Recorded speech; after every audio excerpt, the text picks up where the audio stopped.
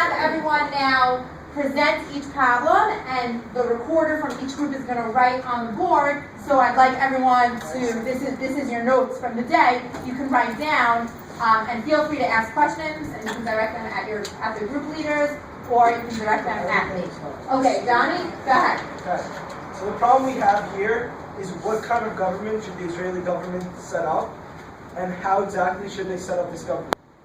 So the solution they had was this parliamentary democracy, and they voted on 120 seats in the Knesset, and they voted for a prime minister, and the prime minister was voted as Ben Gurion, and they elected a president, and the president was Chaim Weizmann. So that was the solution.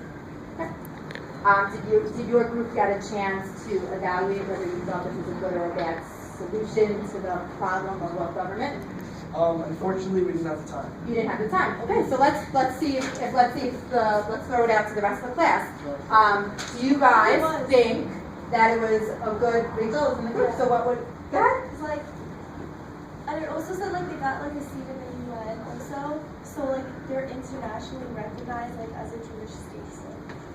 Good. Okay. Anyone have a comment on think if the Knesset, which is a parliamentary democracy, if that's a good system to put in place for the new government? That's a great question. Can we go over what is a parliamentary democracy?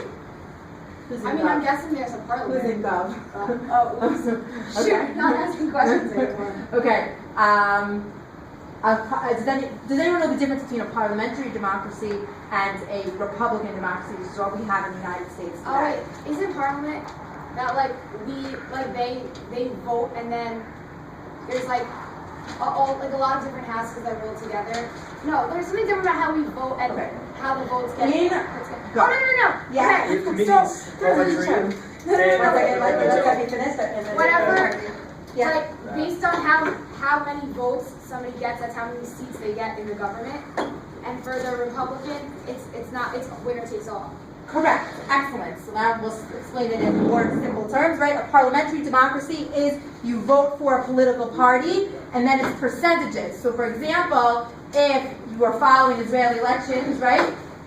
If Yesh Atid won 20% of the vote, that means, someone do the math quickly, 20%, that's 25, 120, what's 20% of 120? 20%, 24. 24. If 24 seats go to that party. In America, is it like that? No, it's winner No. You vote for, let's say, person X is a Democrat, person Y is a Republican. Whoever wins 51% of the vote is the representative in Congress, right? It's by person, not by party. So you're right. Yes. Any other thoughts on, now that you know what a parliamentary democracy, hold on a second. Now that you know what a parliamentary democracy system is, do you think that this was a good type of system for Israel to put in place? Marissa? Yeah, I think it was a good one because it has full representation for more people from in the country.